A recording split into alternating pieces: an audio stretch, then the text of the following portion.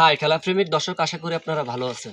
আজকে বাংলাদেশের first ODI match আফগানিস্তানের এগেইনস্টে। আপনারা জানেন যে এর আগে টি-20তে আমরা কিন্তু তাদের সাথে ভালো খেলছিলাম এবং যতটুকুই পারছে ততটুকুই ভালো খেলছে। তবে ব্যাটিং ইউনিটটা তেমন একটা ভালো ছিল না।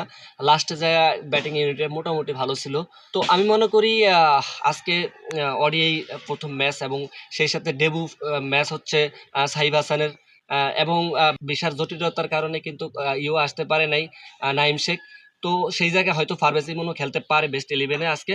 তো আমি মনে করি যে বাংলাদেশের যে আজকে ওডিআই ম্যাচটি সেটা কিন্তু আগামী ২০২৭ সালের বিশ্বকাপের জন্য একটা প্রস্তুতিমূলক এবং সরাসরি যাওয়ার চান্সেস থাকবে যদি টানা যদি সিরিজগুলা জিততে পারে।